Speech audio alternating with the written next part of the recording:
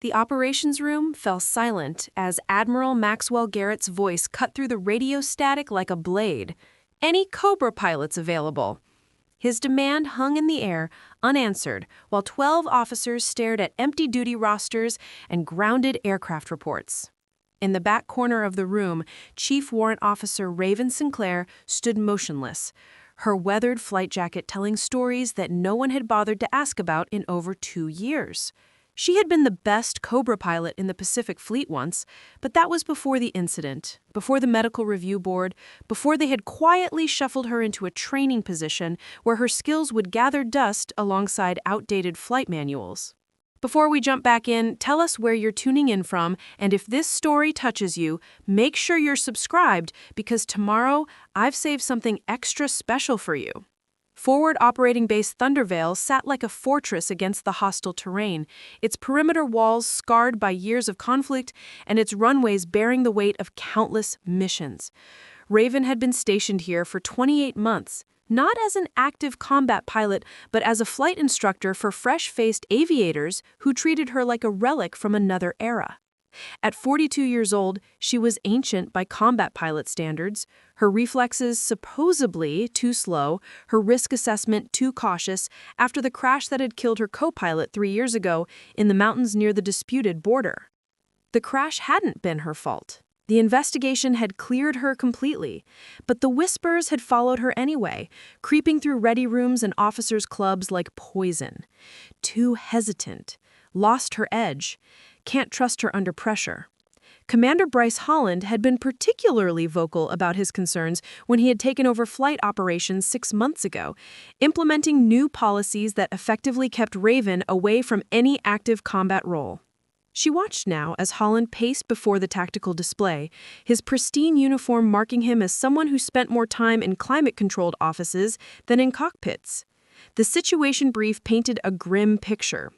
Titan V, a special operations team inserted 72 hours ago, had been ambushed during their extraction.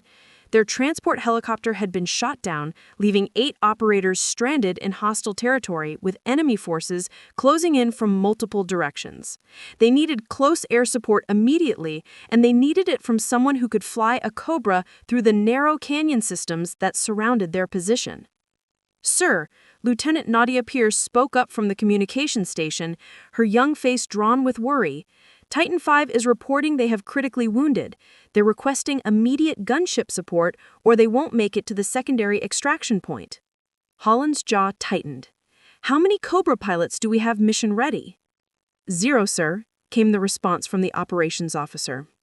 "Lieutenant Crawford is still recovering from his shoulder injury. Captain Morrison's bird is down for engine maintenance, and Chief Warrant Officer Diaz was medevaced yesterday with appendicitis." "What about the training squadron?" Holland demanded. "All student pilots, sir. None certified for combat operations in hostile territory. Regulations prohibit." "I know what the regulations prohibit," Holland snapped. He turned to the tactical display, studying the terrain around Titan V's position. The canyon system was treacherous. Narrow passages with sheer walls that required precise flying and intimate knowledge of Cobra capabilities. One wrong move and a pilot would paint themselves across the rock face. Raven remained silent in her corner, her eyes fixed on the topographical map. She knew those canyons. She had flown training missions through them dozens of times, mapping every twist and turn, every wind shear and thermal current. She knew exactly how to approach Titan V's position, which routes offered cover, and where the enemy would likely have positioned their anti-aircraft weapons. But she also knew that speaking up would be pointless. Holland had made his position clear during her last evaluation review. "Chief Warrant Officer Sinclair, your technical knowledge is adequate for instruction purposes, but this command requires pilots who can make aggressive decisions under pressure. Your hesitation during the simulation exercise was noted and concerning. I'm recommending you remain in your current training role indefinitely." The fact that her hesitation had been a tactical assessment that saved simulated lives, while the aggressive approach would have resulted in simulated casualties, didn't matter. Holland wanted cowboys, not strategists. He wanted pilots who would charge in without thinking, and Raven had learned the hard way that thinking kept people alive. Admiral Garrett's voice crackled through the radio again, this time with barely controlled fury. Thunder Vale, this is Admiral Garrett. I need a Cobra in the air within 30 minutes, or Titan V is going to be overrun. These are Tier 1 operators trapped out there. Find me a pilot. Holland's face had gone pale. Having an admiral directly demanding results was every commander's nightmare, especially when the answer was going to be negative. He looked around the operations room desperately, his eyes passing over Raven without recognition, as if she were just another piece of furniture. Master Sergeant Eli Dawson, the senior maintenance chief, caught Raven's eye from across the room. He had been working on aircraft longer than most of the pilots had been alive, and he knew exactly what Raven was capable of. His slight nod was almost imperceptible, but she understood the message. The Cobra in Hangar 3, the one officially listed as down for maintenance, was actually flight ready. Eli had made sure of that, just in case. Lieutenant Pierce spoke again, her voice tight with stress. Sir, Titan V reports they're taking fire from multiple positions. They estimate 20 minutes before they're completely surrounded. 20 minutes. For 8 operators who had families waiting at home, who had volunteered for the most dangerous missions, who trusted that their military would move heaven and earth to bring them home. 20 minutes before Commander Holland's bureaucratic caution would cost American lives. She had been silent for 2 years, accepting her exile, swallowing her pride, teaching young pilots while her own skills slowly atrophied in the safety of training flights. But silence had its limits, and she was staring at hers. The question was whether she had the courage to break it. Raven moved quietly toward the communications station, close enough to hear the desperate transmissions from Titan V, but far enough to remain unnoticed by Commander Holland. Staff Sergeant Wyatt Donovan's voice crackled through the speakers, professional despite the chaos erupting around him. His words were clipped, efficient, the tone of a man who knew he might be speaking his last sentences. Thunder Vale, this is Titan V. We have 2 critical casualties, 1 urgent surgical. Enemy forces approximately 400 meters and closing from the North Ridge. We've identified at least 3 heavy machine gun positions and what appears to be a technical vehicle with mounted weapons moving to cut off our withdrawal route. A pause, punctuated by the sharp crack of rifle fire. We need gunship support now, or we need to know there isn't any coming so we can make other arrangements. Other arrangements, the military euphemism for fighting to the last bullet and then dying where you stood. Raven felt something cold settle in her chest. She had trained with special operations teams before, knew the caliber of soldiers who made up those units. Men like Donovan didn't ask for help unless the situation was genuinely desperate. Lieutenant Pierce looked up at Commander Holland, her eyes pleading. Sir, we need to give them an answer. Holland's face had taken on a grayish pallor as he stared at the tactical display. The canyon system surrounding Titan V's position was a death trap for conventional aircraft, too narrow for jets, too dangerous for anything but the most skilled rotary wing pilots. He knew it, everyone in the room knew it, and the weight of that knowledge was crushing him. Contact Regional Command. Request immediate air support from any available assets in theater. Expand the search radius to 200 miles. The operations officer was already shaking his head before Holland finished speaking. Sir, we've been monitoring all frequencies. Everything's committed. There's a major operation underway in Sector 9, and Command has allocated all available air assets to that mission. We're on our own. Then get me assets from that operation. Pull them off mission if necessary. Sir, that operation is supporting 3 companies of Marines in direct contact with enemy armor. We can't pull gunships away from that without putting hundreds of lives at risk. It was the impossible calculus of war. Save 8 men here and potentially lose dozens there. But Raven knew something that Holland hadn't considered. The operation in Sector 9 had been overstaffed with air support, intentionally built redundancy into the mission plan specifically because it was high profile and politically sensitive. They could spare 1 gunship without significantly impacting the mission. But getting anyone to admit that would require going through layers of bureaucracy that would take hours they didn't have. Admiral Garrett's voice cut through the radio again, and this time there was no mistaking the barely controlled rage beneath his words. Commander Holland, this is Admiral Garrett. I am receiving updates directly from Titan V's command element. Those operators have been conducting classified missions for the past 6 months. Missions that have directly contributed to strategic objectives at the highest level of command. Their intelligence value alone makes their extraction a priority above standard operations. Now I'm going to ask you one more time. Do you have any Cobra pilots available? Holland's mouth opened and closed silently. Raven watched him struggle with the weight of command, with the terrible burden of being responsible for decisions that would haunt him regardless of what he chose. She almost felt sorry for him. Almost. Admiral, I have no combat-certified Cobra pilots currently available for mission assignment. I can request assets from neighboring commands, but response time would be at least 90 minutes. 90 minutes? Garrett's voice could have frozen steel. Commander, Titan V doesn't have 90 minutes. They have maybe 20 before they're overrun.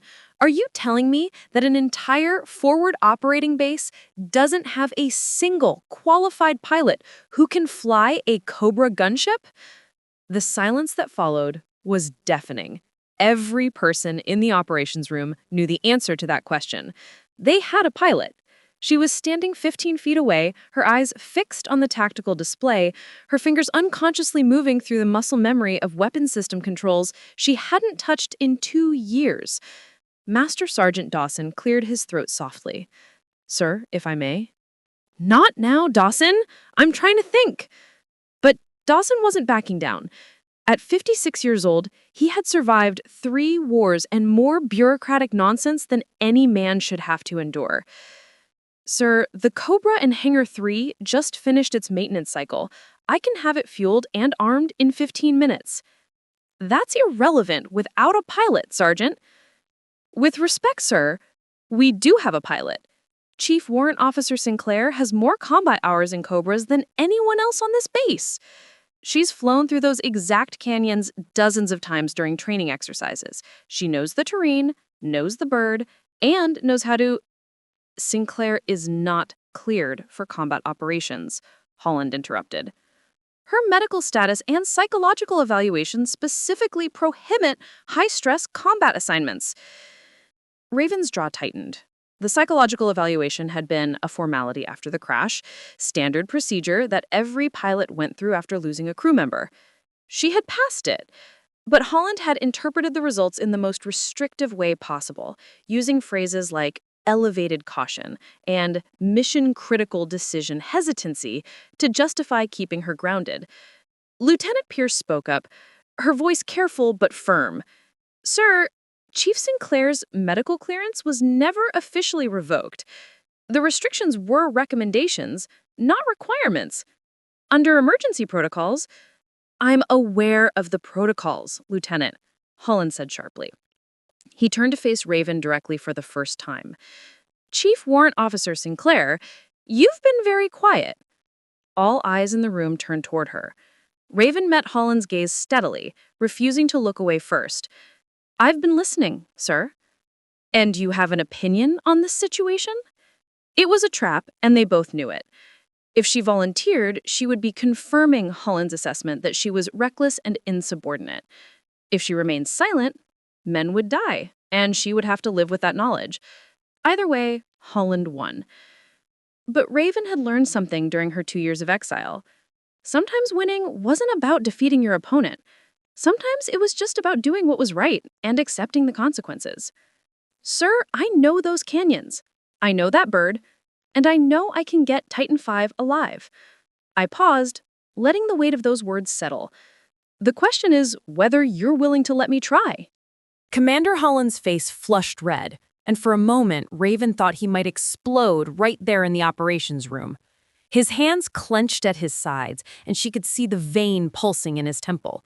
This was personal now, and they both knew it. Every decision he had made over the past 6 months to keep her grounded was being challenged in front of his staff and an admiral who was listening to every word. Chief Warrant Officer Sinclair, your assessment of your own capabilities is noted, Holland said, his voice dripping with barely controlled anger. However, I am the commanding officer of flight operations at this base, and I make the determination of who is qualified for combat missions. Your training role does not include active combat operations, and I will not authorize a mission that violates established protocols simply because we're under pressure. Sir, Lieutenant Pierce interjected, her voice steady despite the tension crackling through the room.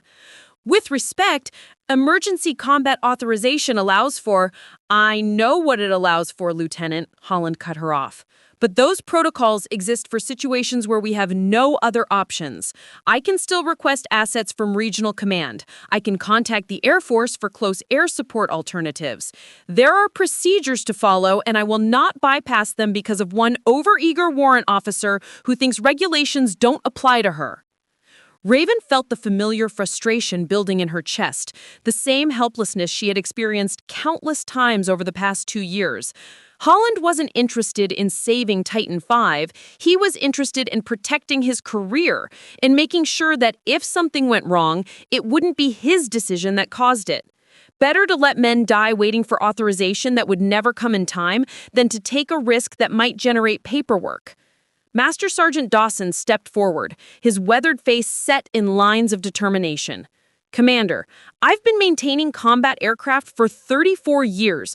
I know what pilots can do and what aircraft can handle. Chief Sinclair is the best Cobra pilot I've ever worked with, and that bird in Hangar 3 is ready to fly.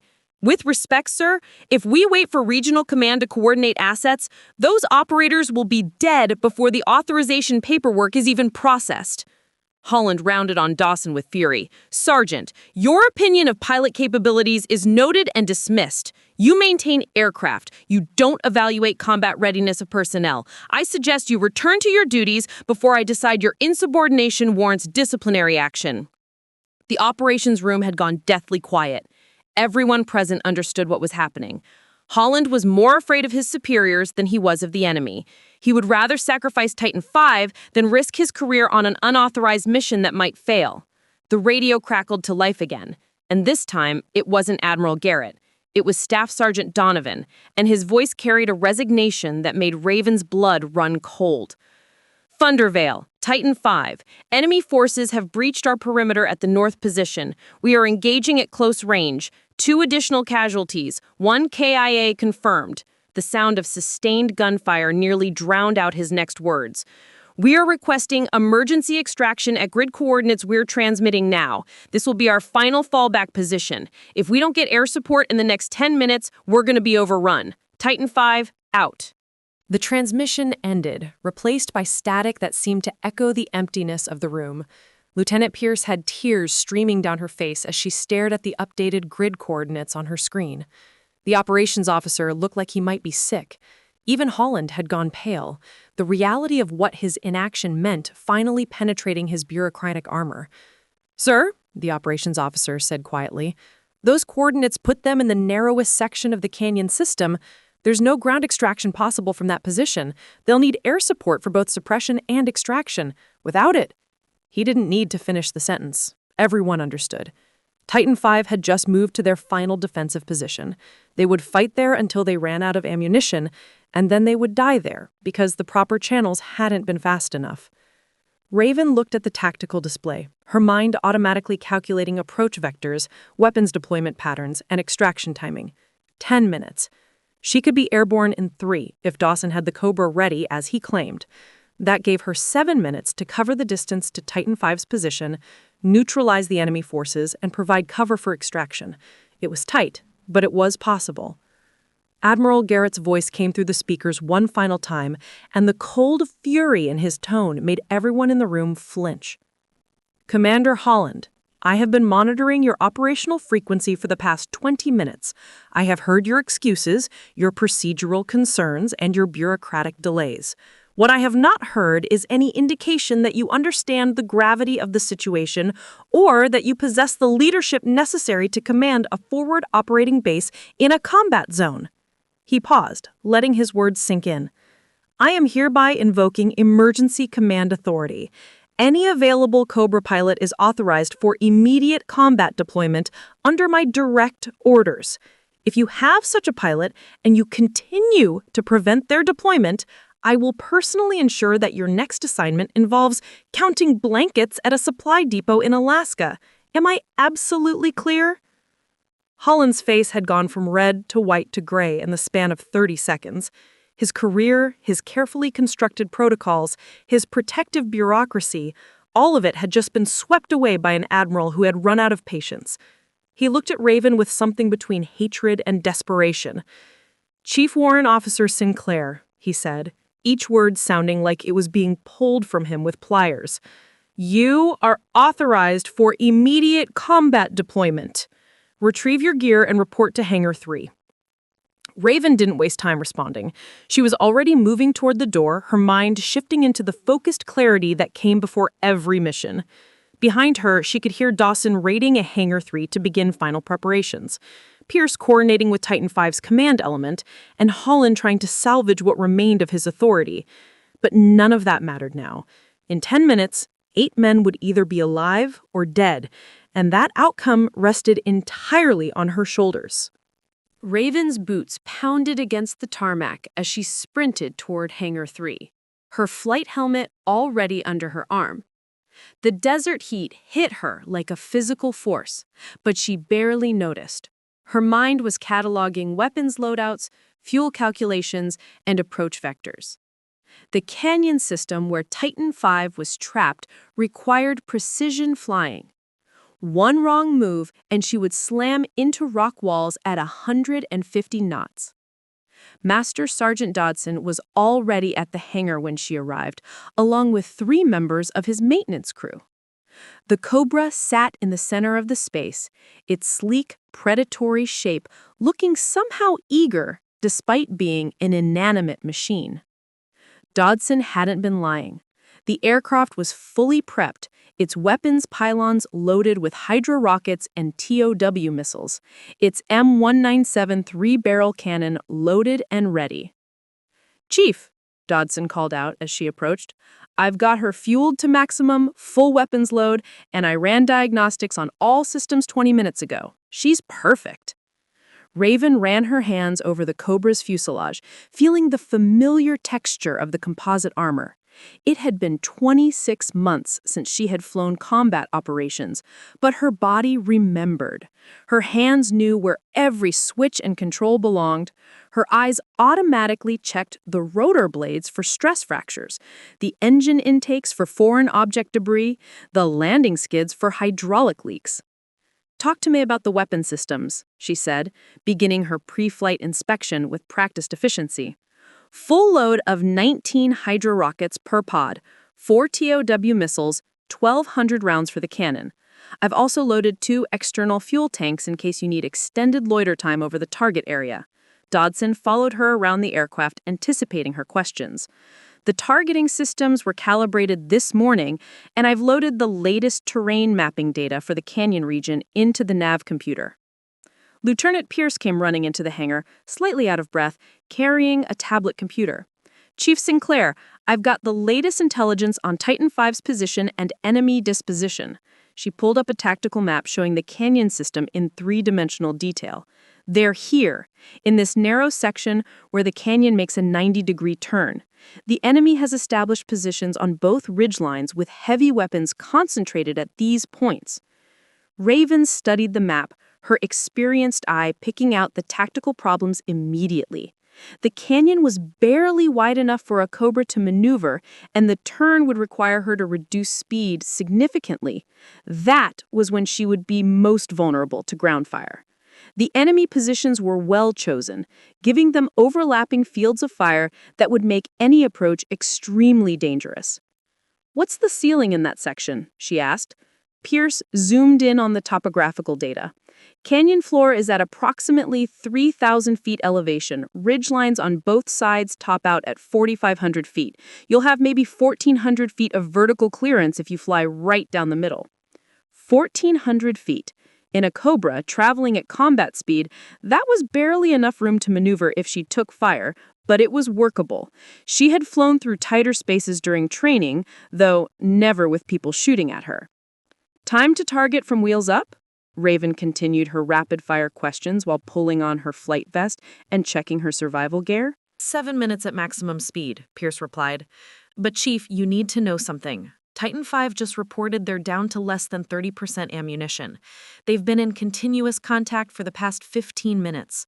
Staff Sergeant Donovan estimates they have maybe 5 minutes of sustained fire capability left before they're reduced to small arms only. 5 minutes. Raven felt the familiar pre-combat clarity settling over her like a second skin. Fear was there, she would have been foolish not to be afraid, but it was controlled, channeled into heightened awareness rather than paralysis.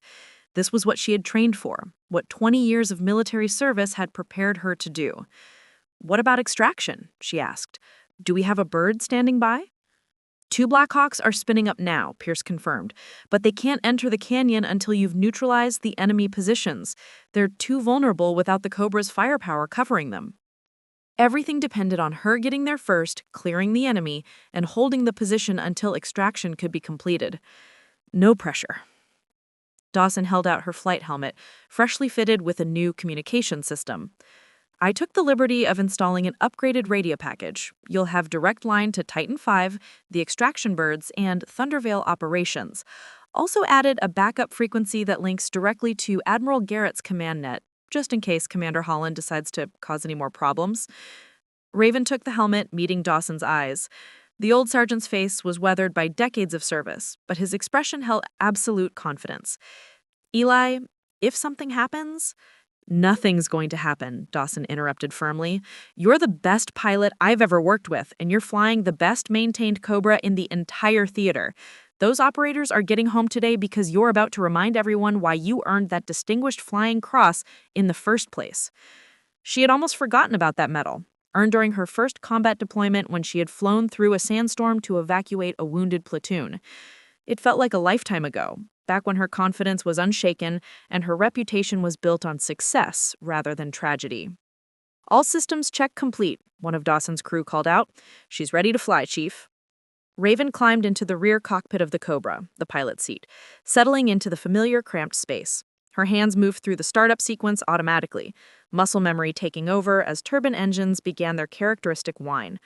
Instruments came alive across her panel, showing green lights for all critical systems.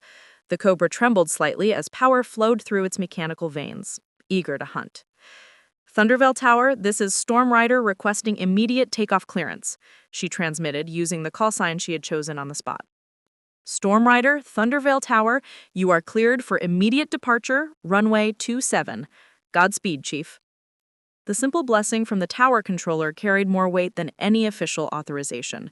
She advanced the throttle, feeling the Cobra lift off the tarmac with familiar grace.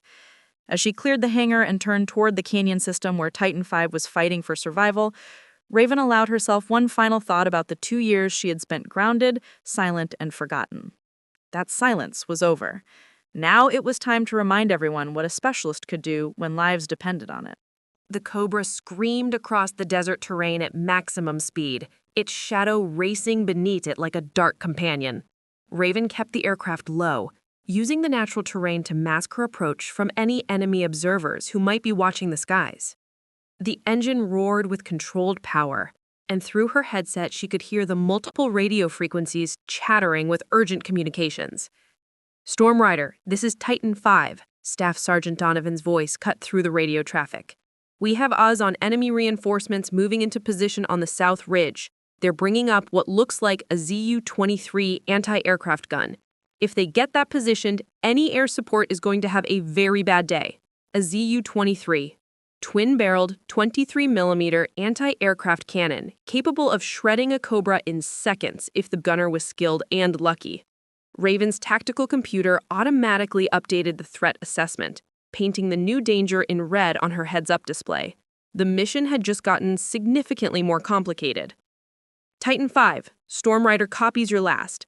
Entering canyon system now." The world narrowed as she flew between the towering rock walls. Sunlight barely penetrated to the canyon floor, creating shadows that played tricks with depth perception. Raven's eyes scanned constantly, watching for the telltale glint of weapons barrels or the movement of enemy fighters on the ridge lines above. The Cobra's terrain-following system painted the narrow passage on her displays, showing her the twisting path ahead.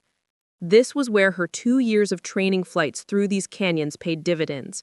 She knew this terrain intimately, knew where the canyon widened enough to maneuver and where it narrowed to barely 60 feet across. She knew which terms concealed ambush positions and which sections offered temporary cover from ground fire. Storm Rider, Titan 5. Enemy forces are massing for what looks like a final assault on our position. We're hearing vehicle engines and lots of movement on both ridges. They know we're out of options and they're moving in for the kill. Titan 5, hold tight. I'm 90 seconds out. Raven accelerated into a section of the canyon where the walls widened slightly, gaining precious speed before the critical turn that would bring her into visual range of Titan 5's position. Her weapon systems were armed and ready, targeting computers cycling through available ordnance. She would need to make every shot count. There would be no time for second passes or careful aim. This would be fast, violent, and decisive. The turn approached faster than memory suggested. Raven banked the Cobra hard to the right, feeling the aircraft respond with the precision that only Master Sergeant Dawson's meticulous maintenance could provide. The maneuver cost her airspeed, but kept her wings level and her weapons pointed where they needed to be. And then she saw them. Titan 5's position was a small cluster of rocks and a destroyed vehicle in the center of a dried riverbed, surrounded on 3 sides by enemy forces that had closed to within 100 meters. She could see muzzle flashes from multiple positions, could see the impacts of rounds striking near the operator's defensive position. On the south ridge, exactly where Donovan had reported, a technical vehicle mounting the ZU-23 was being positioned by a crew that hadn't yet noticed the Cobra's arrival. 2 years of being grounded, 2 years of doubt and whispered questions about her capabilities, 2 years of bureaucratic exile. All of it evaporated in the crystal clarity of combat. Raven's hands moved with practiced precision, her mind calculating angles and distances with the unconscious skill of a master craftsman. Titan 5, this is Storm Rider. Keep your heads down, I'm engaging. She lined up her first shot on the ZU-23 position, knowing that eliminating that threat was critical to her own survival. The targeting reticle settled on the technical vehicle, turning from amber to red as the weapons computer confirmed lock. Her thumb pressed the firing button, and a TAW missile streaked away from the Cobra's pylon, its motor leaving a thin trail of smoke as it covered the distance in less than 2 seconds. The explosion lit up the canyon like a miniature sun. The technical vehicle disintegrated in a ball of orange flame, the ZU-23 tumbling end over end down the ridge slope. Secondary explosions suggested the vehicle had been carrying additional ammunition that was now cooking off in the fire. But Raven wasn't watching the results. She was already banking left, her cannon coming to bear on the heavy machine gun positions that had Titan 5 pinned down. The M197 cannon roared to life, 3 barrels spinning and spitting explosive rounds at a rate of 1,500 per minute. Rock and earth erupted along the north ridge as her fire walked across enemy positions. Storm Rider, that's beautiful shooting. Enemy forces are breaking contact on the north side. We can see them withdrawing. Stay in position, Titan 5. I'm not done yet. The enemy on the south ridge was trying to regroup, moving to new positions that might provide better angles on both Titan 5 and her Cobra. She couldn't allow that. She brought the aircraft around in a tight orbit, selecting a pod of Hydra rockets. The targeting computer showed her the optimal release point, and she fired a salvo of 6 rockets that streaked toward the enemy positions in a devastating barrage. The rockets impacted in a rippling chain of explosions that tore through the enemy positions on the south ridge.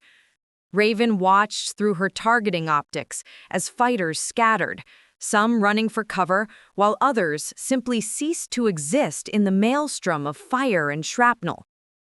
The Cobra shuddered slightly from the recoil, but Dawson's maintenance held perfect. Every system responded exactly as designed. Storm Rider, enemy fire has decreased significantly. Donovan's voice carried the first hint of hope she had heard since entering the canyon. We're seeing widespread withdrawal on all sides.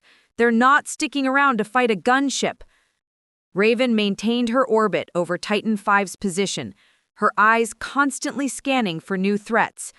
The enemy was retreating, but she knew from experience that retreating forces could regroup quickly if given the chance. She needed to make sure they kept running, to break their will to fight so completely that they wouldn't consider returning. Titan 5, Stormrider, status of your casualties. 2 critical, 3 wounded but stable. The critical cases need immediate extraction. One of them is bleeding internally, and we've done everything we can with field medicine. Raven keyed the command frequency. Thunder Vale, Stormrider, Titan 5's position is secure. I need those Blackhawks inbound now for emergency medical extraction. Stormrider, Blackhawk flight is airborne and entering the canyon system. ETA to extraction point is 3 minutes. Lieutenant Pierce's voice was professional, but Raven could hear the underlying emotion. Relief that the mission was succeeding, perhaps mixed with vindication that her support of Raven had been justified. 3 minutes. Raven continued her protective orbit, her weapon system still hot and ready to fire. She spotted movement on the eastern ridge and brought her cannon to bear, ready to fire if the enemy was trying to flank Titan 5's position. But her targeting optics showed only civilians, locals who had been caught near the combat zone and were now fleeing the area. She held her fire, tracking them only until she was certain they posed no threat. This was the difference between a skilled combat pilot and a reckless one. Knowing when to shoot and when to hold fire required judgment that couldn't be taught in classrooms or simulated in training scenarios. It came from experience, from having made life-and-death decisions under pressure enough times that the calculations became instinctive. Stormrider, this is Blackhawk Lead. We have visual on your position and the extraction site.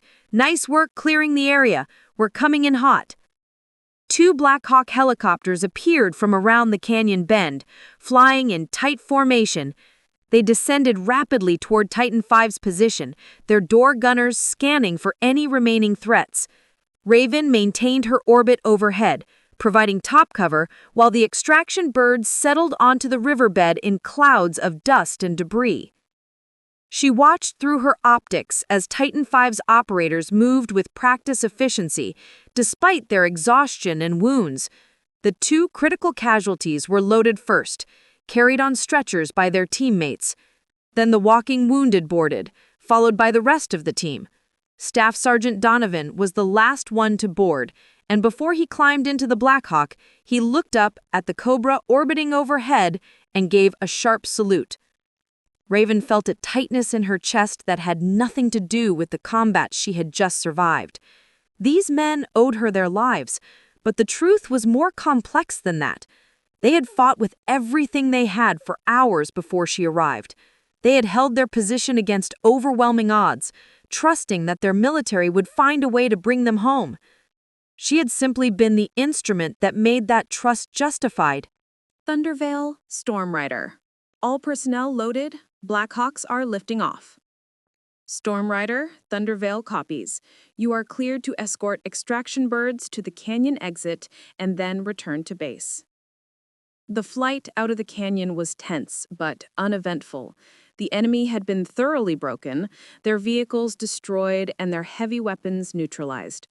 Raven maintained her position, slightly above and behind the Blackhawks, her sensors constantly monitoring for any signs of renewed threat. But the canyon remained quiet, except for the thunder of rotor blades echoing off stone walls. As they cleared the canyon entrance and emerged back into the open desert, Raven felt some of the combat tension begin to drain from her body. The mission was successful.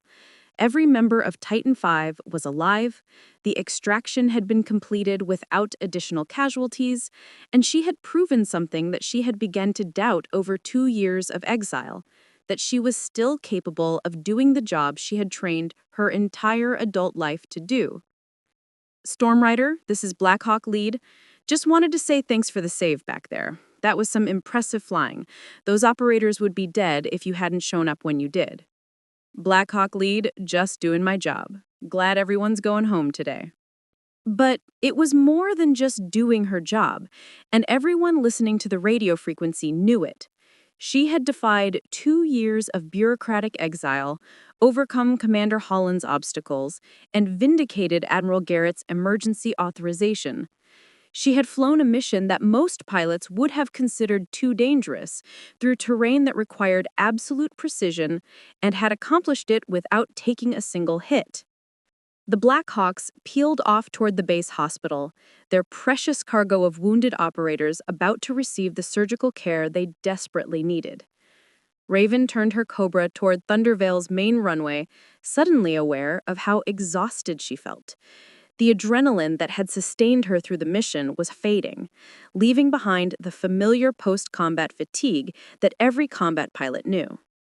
Stormrider, Thunder Vale Tower, you are cleared for direct approach to runway 27. Commander Holland requests you report to operations immediately upon landing. Of course he did. Raven allowed herself a slight smile. Holland would be scrambling to control the narrative now, trying to find a way to take credit for the success while distancing himself from the risk. But that was a problem for after she landed. Right now, she had a bird to bring home and a mission to complete. The runway appeared ahead, its familiar markings guiding her down. Raven reduced power gradually, feeling the Cobra settle toward the tarmac with the gentle touch that came from thousands of hours in the cockpit. The skidded skids kissed the runway with barely a bump, and she began the shutdown sequence as ground crew rushed toward the aircraft. Master Sergeant Dawson was the first to reach her, his weathered face split by a grin that could have lit up the desert. "Chief, that was textbook. Not a single scratch on the bird and 8 operators coming home. I'd call that a successful mission." Raven removed her helmet, feeling the desert heat wash over her sweat-soaked hair. "Couldn't have done it without your maintenance, Eli. That bird performed perfectly." "The bird is only as good as the pilot flying it, ma'am. And you just reminded everyone why you're the best." Raven walked across the tarmac toward the operations building, her flight suit still damp with sweat and her hands trembling slightly from the residual adrenaline. The crowd of personnel parted as she approached, their faces showing a mixture of respect and curiosity. She kept her eyes forward, focused on Commander Holland and Admiral Garrett, knowing that the next few minutes would determine whether her career would continue or end. Holland stepped forward first, his expression carefully neutral. "Chief Warrant Officer Sinclair, report." "Mission successful, sir. All 8 members of Titan V extracted without additional casualties. Enemy forces neutralized at the extraction site. Aircraft returned with 0 damage and adequate fuel reserves for emergency operations if required." She delivered the report in the clipped, professional tone that regulations demanded, even though part of her wanted to ask Holland how it felt to be so catastrophically wrong. "Your disregard for proper authorization procedures will be addressed," Holland began, but Admiral Garrett cut him off with a raised hand. "Commander, I believe I authorized Chief Sinclair's deployment under emergency combat protocols. Are you suggesting that my authorization was somehow improper?" The Admiral's voice was mild, almost conversational, but everyone present could hear the steel beneath the words. Holland's face reddened. "Sir, I was merely noting that proper procedures should have been followed before 8 American operators died waiting for you to process paperwork?" Garrett's voice remained calm, but his eyes were cold. "Commander Holland, I've been reviewing your command decisions over the past 6 months. This isn't the first time you've prioritized administrative convenience over operational necessity. It's simply the first time your delays have been this publicly visible." The crowd around them had grown larger, with personnel from across the base finding reasons to be near the operations building. This was the kind of confrontation that would be discussed in ready rooms and mess halls for months. A flag officer publicly dressing down a commander was rare enough to be noteworthy. Holland seemed to realize he was fighting a losing battle. "Sir, if there were deficiencies in my command decisions, I would appreciate the opportunity to address them through proper channels rather than in front of—" "Proper channels?" Garrett's calm facade finally cracked. "Commander, proper channels nearly got 8 Tier 1 operators killed today because you were more concerned about protecting your career than protecting American lives. The only reason those men are alive is because Chief Warrant Officer Sinclair had the courage to do what you refused to authorize." The Admiral turned to Raven, his expression softening slightly. "Chief, I've reviewed your service record. 20 years of distinguished service, multiple combat deployments, a distinguished flying cross, and according to every pilot I've spoken with, you're the most skilled Cobra pilot in the theater. Can you explain to me why you've been relegated to training duties for the past 2 years?" Raven hesitated, aware that her answer could have significant consequences for Holland, despite her personal feelings. "Sir, after I lost my co-pilot in a crash 3 years ago, I was placed on administrative leave pending investigation. The investigation cleared me of any fault, but Commander Holland determined that my psychological evaluation suggested I should be restricted to non-combat roles." "I see." Garrett pulled out a tablet and scrolled through several documents. "I have your psychological evaluation here. According to the examining psychiatrist, you showed appropriate caution and risk assessment consistent with experienced combat pilots and were fully qualified for return to active combat duty. There is no recommendation for any restrictions whatsoever." Holland's face had gone pale.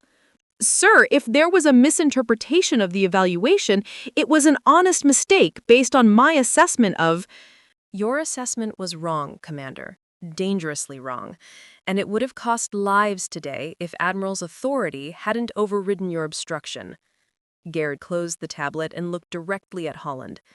"You are relieved of command of flight operations, effective immediately. You'll be reassigned to a staff position pending a full review of your command decisions. Major Kendrick will assume your duties until a permanent replacement is assigned." The silence that followed was absolute. No one in the crowd moved or spoke. Raven had expected consequences for Holland, but not this swift, and not this public. The Admiral had just ended a career in front of half the base, and everyone present understood the message being sent. Garrett turned back to Raven. "Chief Sinclair, you are hereby restored to full combat flight status without restrictions. Additionally, I'm recommending you for promotion to Major and assignment as the new Operations Officer for the 3rd Combat Aviation Battalion. They need someone who understands that regulations exist to support the mission, not to replace it." Raven felt a surge of emotion that she struggled to control. 2 years of exile, 2 years of doubt and whispered questions about her capabilities were being erased in a moment. "Sir, I don't know what to say. Say you'll accept the assignment. The 3rd Battalion operates in some of the most challenging terrain in theater, and they need pilots who can think creatively under pressure. Based on what I saw today, you're exactly what they need." "I accept, sir." "Thank you." Garrett nodded, then raised his voice slightly to address the crowd that had gathered. "Let me be clear to everyone present. What Chief Sinclair did today is exactly what we expect from our combat pilots. She assessed an emergency situation, determined that American lives were at risk, and took action when action was needed. That's not recklessness, that's leadership." He paused, letting his words sink in. "I've been in the military for 35 years, and I've seen too many good officers destroyed by commanders who valued process over results. That ends today. If any of you face a similar situation in the future, if you see an opportunity to save American lives and bureaucracy is standing in your way, I expect you to have the same courage Chief Sinclair demonstrated." The crowd remained silent, but Raven could see the impact of Garrett's words on their faces. This wasn't just about one mission or one pilot. The Admiral was sending a message that would ripple through the entire command structure. Lieutenant Pierce approached hesitantly from the operations building. "Sir, I have Staff Sergeant Donovan on the radio from the hospital. He's asking to speak with Chief Sinclair. Garrett gestured toward the radio. Go ahead, Chief. I think you've earned the right to hear from the men you saved. Raven followed Pierce into the operations center, her mind still reeling from everything that had just happened. She picked up the radio handset, suddenly uncertain what to say to the man whose life she had saved. Storm Rider, this is Titan 5 Actual. Donovan's voice was weak but clear. They tell me I'm going to make it thanks to you getting us out when you did. My whole team wants you to know that we owe you everything. Titan 5, you don't owe me anything. You held your position against impossible odds. I just provided the air support you deserved from the beginning. Ma'am, I've been in special operations for 12 years, and I've worked with a lot of pilots, and most of them are good at their jobs. But what you did today, flying through those canyons, neutralizing every threat, and getting us out without taking a single hit, that wasn't just good, that was exceptional. Thank you. Raven felt tears threaten and blinked them back. Get some rest, Sergeant. Focus on healing so you can get back to your team. As she set down the handset, Raven realized that everything had changed. 3 days after the mission, Raven found herself standing in front of a conference room filled with combat pilots from across the theater. Admiral Garrett had requested that she brief the assembled aviators on the Titan 5 rescue, ostensibly to share tactical lessons learned, but everyone understood the real purpose. The Admiral was making a statement about what leadership looked like in combat operations. The room was packed with captains, majors, and lieutenant colonels, many of whom had dismissed her as washed up just days earlier. Now they watched her with a mixture of respect and curiosity as she set up the tactical display showing the canyon system where the rescue had occurred. The key to understanding this mission, Raven began, manipulating the three-dimensional terrain map, is recognizing that tactics must adapt to circumstances. Standard doctrine would suggest multiple aircraft operating in coordinated teams. But standard doctrine assumes adequate preparation time and ideal conditions. We had neither. She zoomed in on the narrow canyon sections where she had engaged enemy forces. Single ship operations in confined terrain violate most safety protocols. But when American lives are measured in minutes rather than hours, perfect safety isn't an option. The question becomes how to minimize risk while maximizing effectiveness. A major from the 7th Aviation Regiment raised his hand. Chief Sinclair, how did you maintain situational awareness in such restricted terrain? Standard practice is to have a wingman for mutual support. Standard practice is designed for standard situations, sir. In this case, a second aircraft would have created more problems than it solved.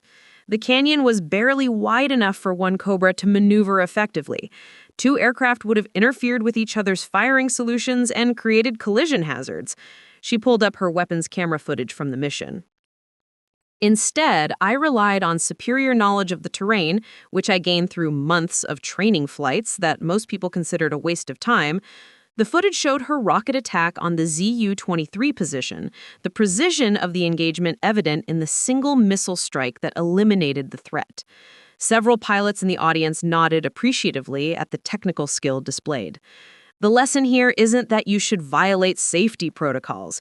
It's that you need to understand why those protocols exist and when circumstances justify deviation.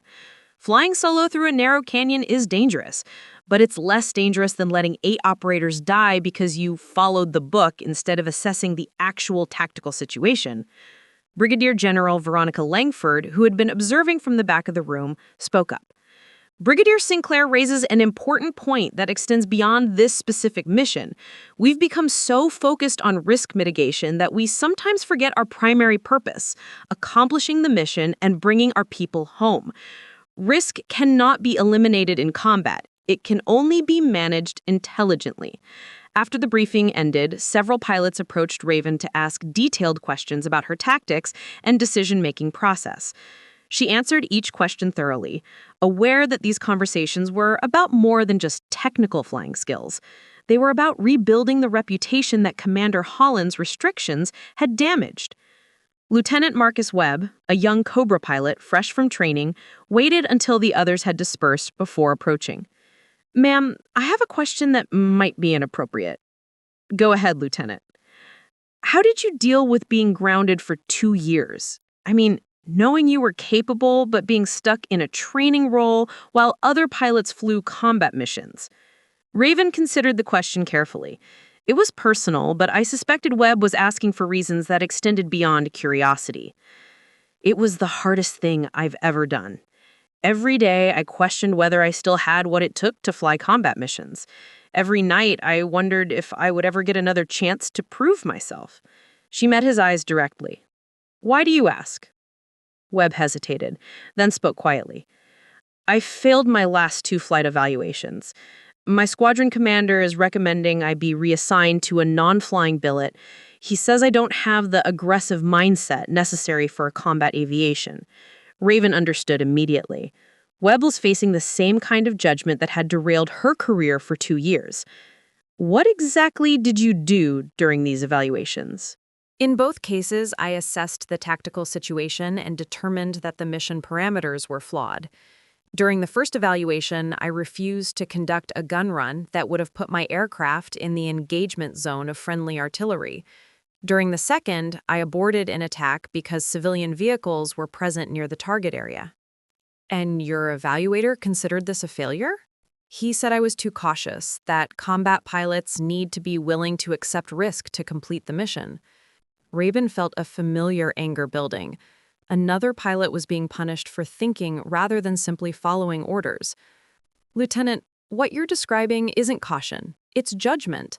The ability to distinguish between acceptable risk and unnecessary danger is what separates skilled pilots from dead ones. That's not what my squadron commander thinks. Then your squadron commander is wrong. Raven pulled out her tablet and made a note. Give me your full name and unit. I'm going to have a conversation with General Langford about your evaluation. If you're being penalized for making sound tactical decisions, that needs to be addressed. Webb looked stunned. Ma'am, I can't ask you to risk your career for me. You just got reinstated. You're not asking. I'm offering. Because if we don't push back against this kind of thinking, we're going to keep losing good pilots to commanders who value aggression over competence. She handed him her contact information. Stay in touch, and don't let anyone convince you that thinking is a weakness. After Webb left, Master Sergeant Dawson approached from where he had been observing the post-briefing conversations. Making enemies already, Chief? Just trying to prevent someone else from spending 2 years in exile because they had the audacity to think for themselves? Dawson smiled. That's why the Admiral picked you for this assignment. He wants someone who will challenge the system when it needs challenging. Speaking of which, have you seen the aircraft roster for the 3rd Battalion? I'm supposed to take over operations next week, and I haven't even been briefed on their current status. Already pulled the reports for you. Dawson handed her a thick folder. They've got 18 Cobras, 12 of which are mission capable. The remaining 6 are awaiting parts or have maintenance issues that the current operations officer hasn't prioritized. Their combat readiness is about 65%, which is below theater average. Raven flipped through the maintenance reports, her experienced eye immediately spotting inefficiencies and questionable repair timelines. This is unacceptable. Combat readiness should be above 90% unless we're facing genuine supply shortages.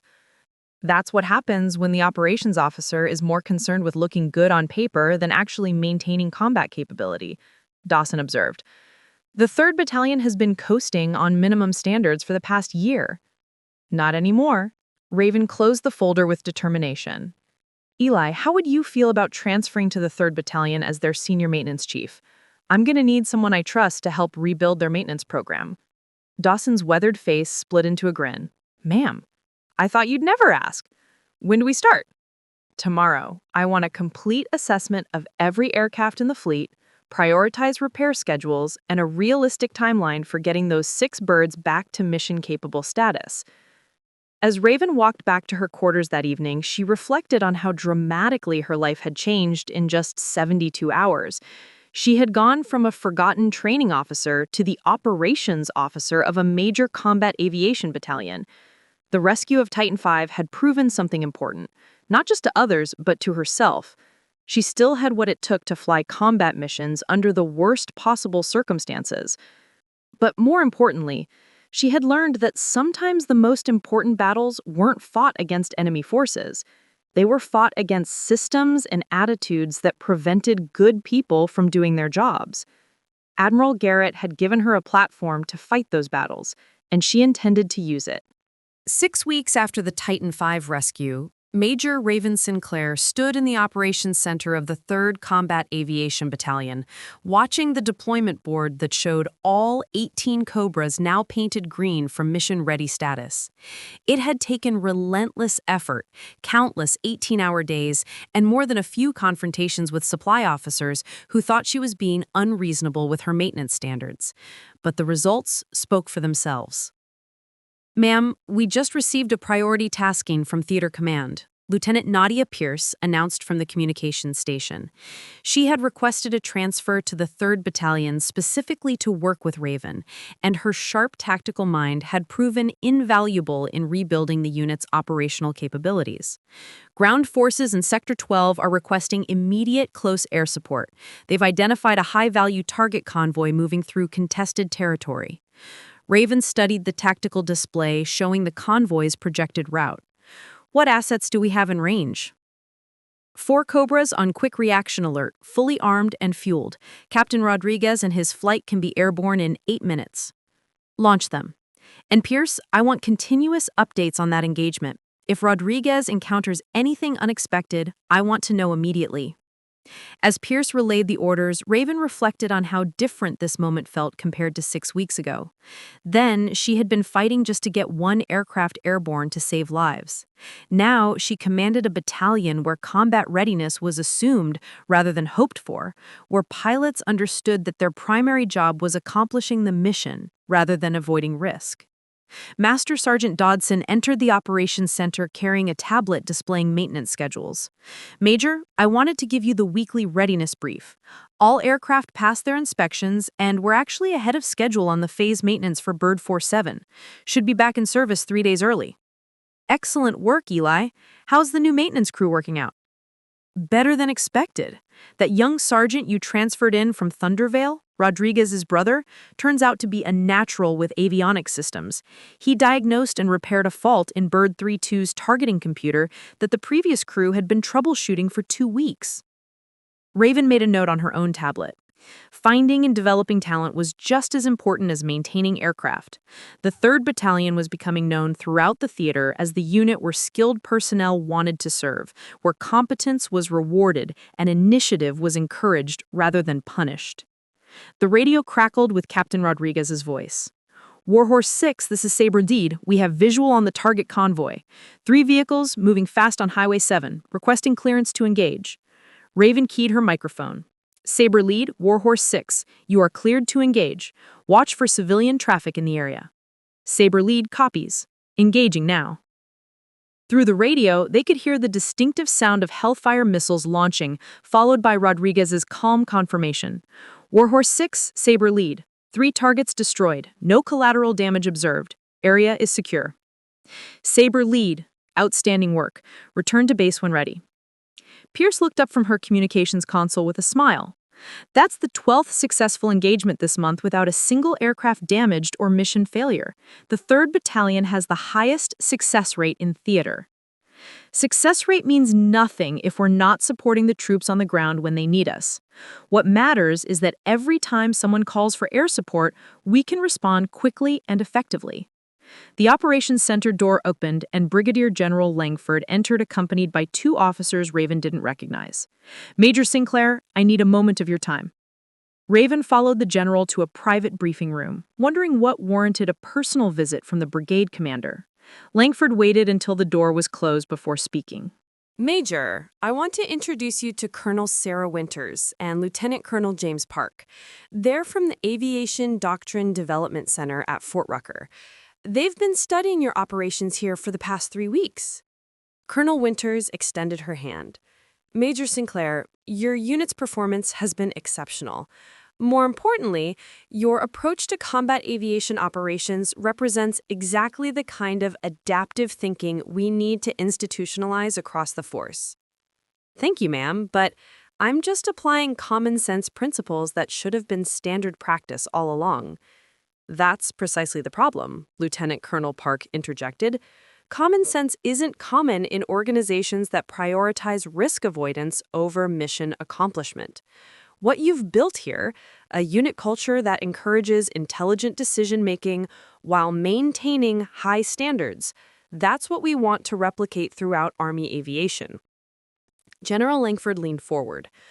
Raven, Colonel Winters is here to offer you a position at the Doctrine Development Center.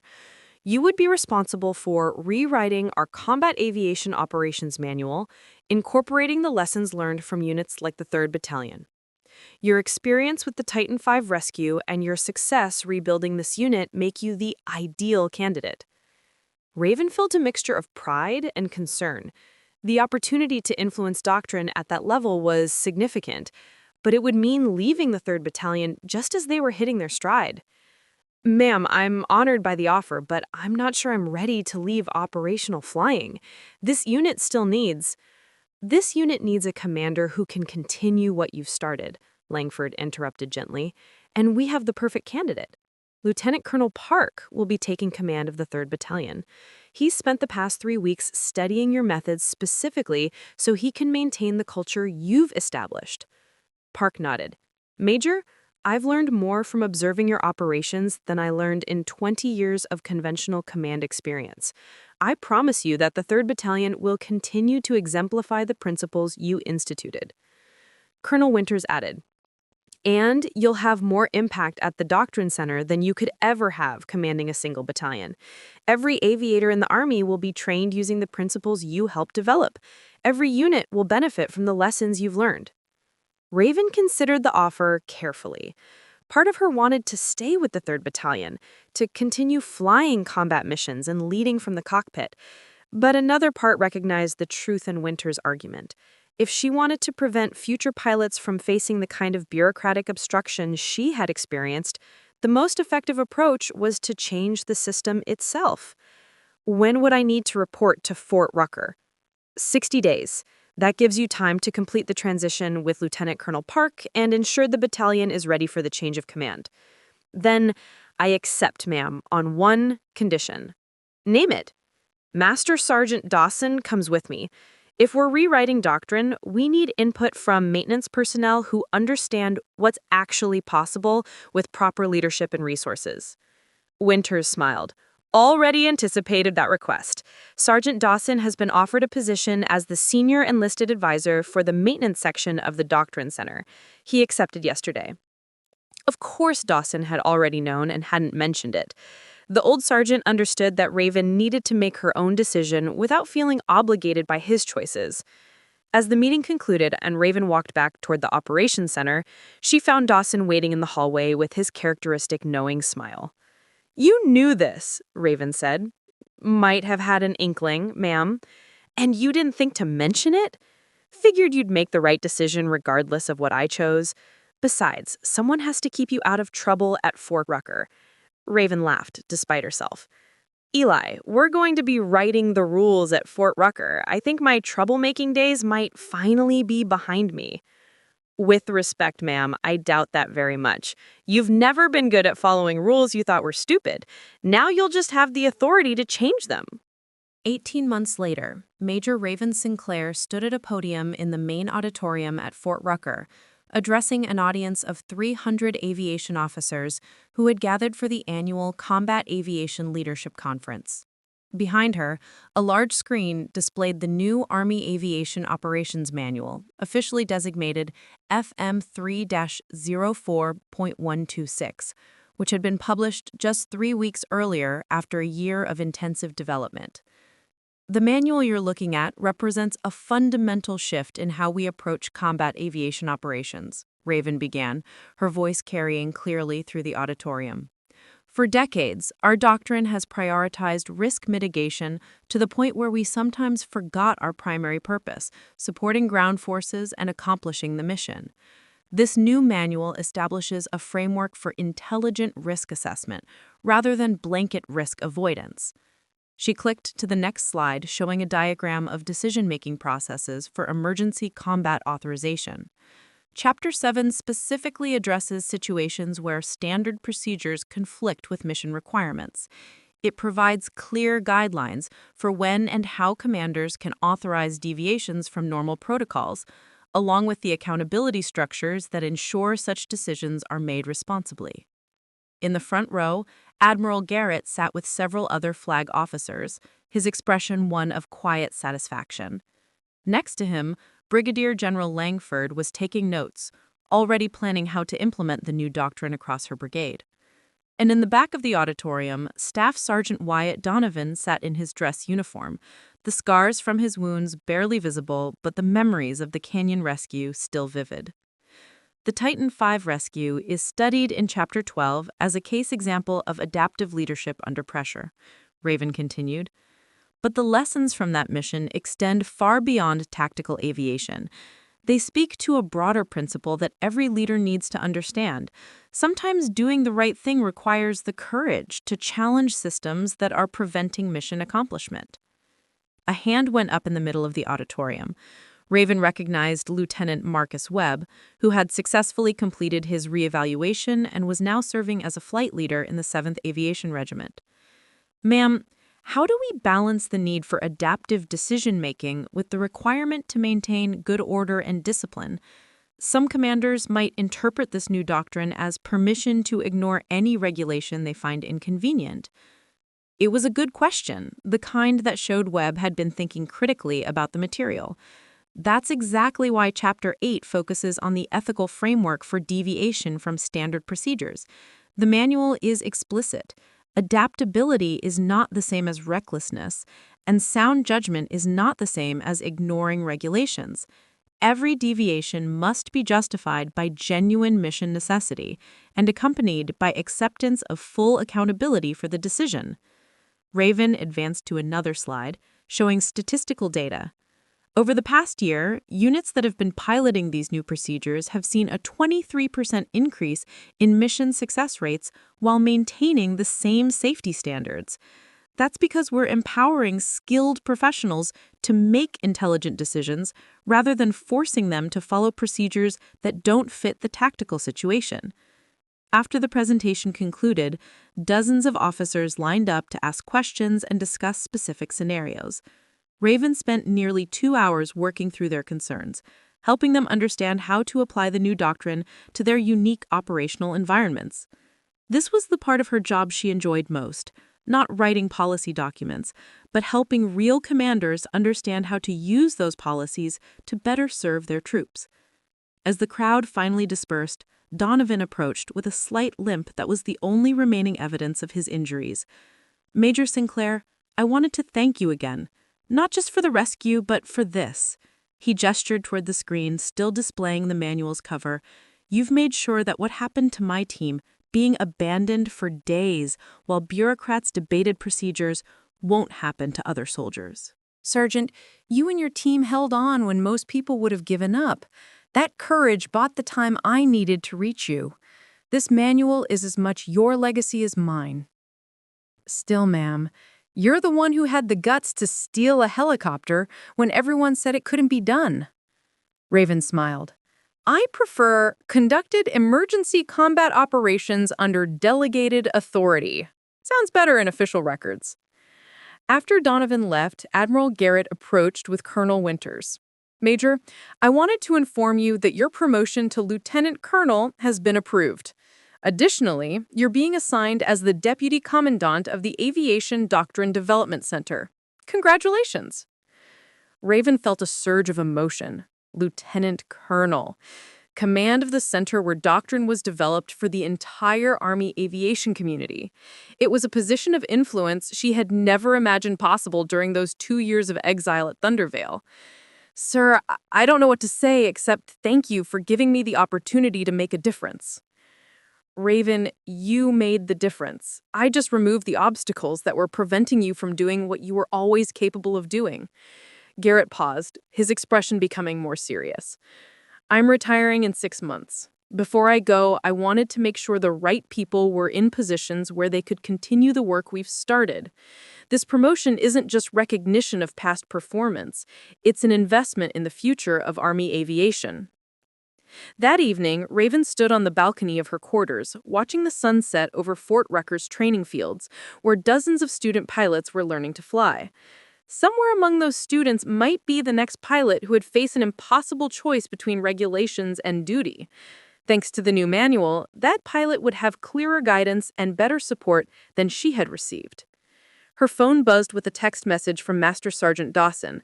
Heard about the promotion. Well deserved. The maintenance doctrine section just got approved too. We're changing the whole system, one manual at a time. Raven typed back. Not just the system, the culture. That's the part that really matters. She thought about Commander Holland, who had been quietly retired from the military after the investigation into his command decisions.